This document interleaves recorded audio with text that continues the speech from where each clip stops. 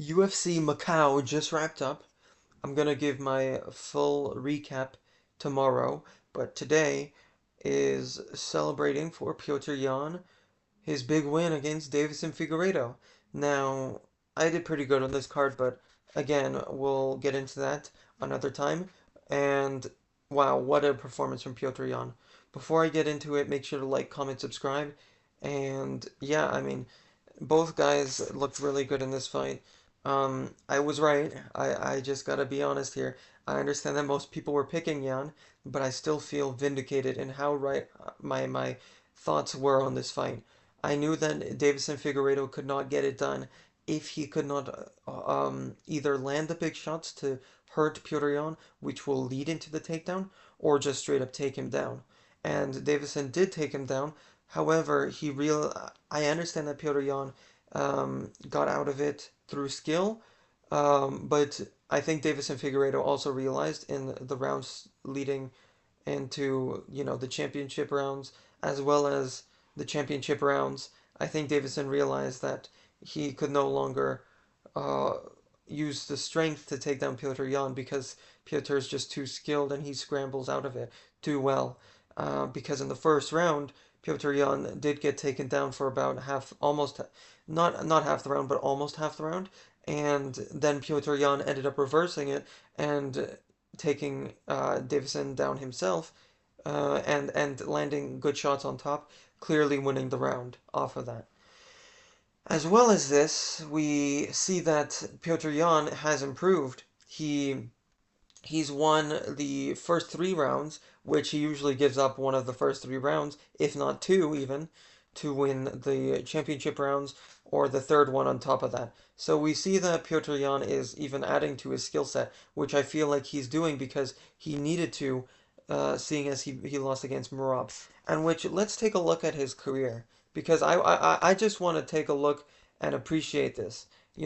Right now he has 4 of the top 10 in his wins. He has 4 of the top 10 in his wins, and the guys that he's losing to, Sean O'Malley and Aljamain Sterling, he has an argument to have at least one win over against either of them, or two even, because Aljamain Sterling, the illegal knee, I understand it's the rule set. However, he was losing that fight before he got illegally kneed, and I understand that it was illegal at that time, though it was a pretty clear Petr Yan win if he didn't use the illegal move, the illegal knee at that moment in time. He was going on to win the fight.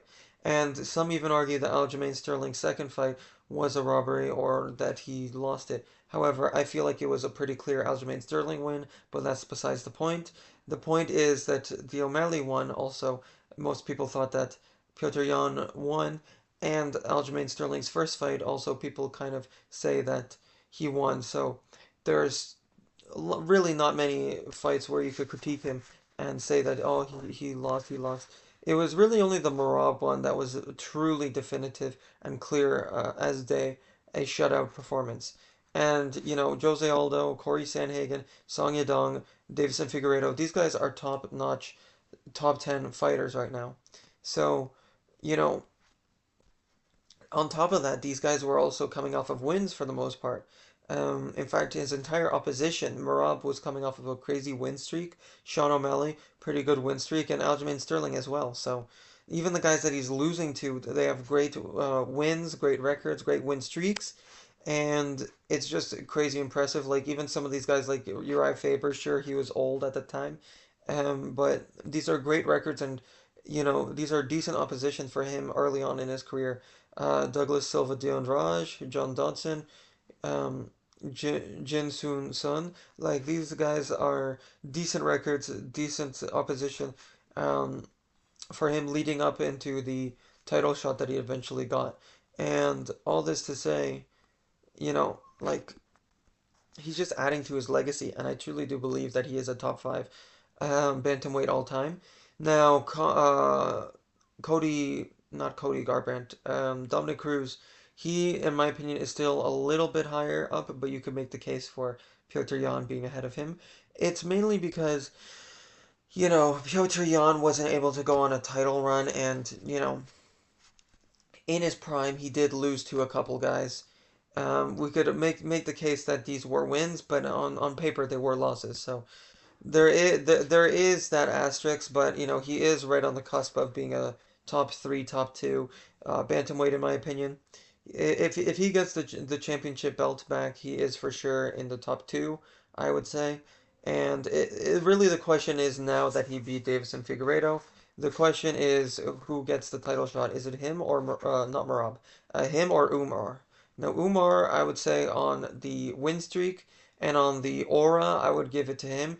However, on the merit, I would actually give to Yan because Yan, going back to his page, he has two wins right now, of which are both ranked. So even if we don't go back to Corey Sandhagen and Jose Aldo, of which are two really good top 10 wins, even if we don't go that far back, he still has Davison Figueiredo and Song Gidong. So that should be quite a good quantity of quality wins. Yet the quantity overall is greater for the undefeated Umar Nurmagomedov. The wins and the win streak that he has is 18 and 0.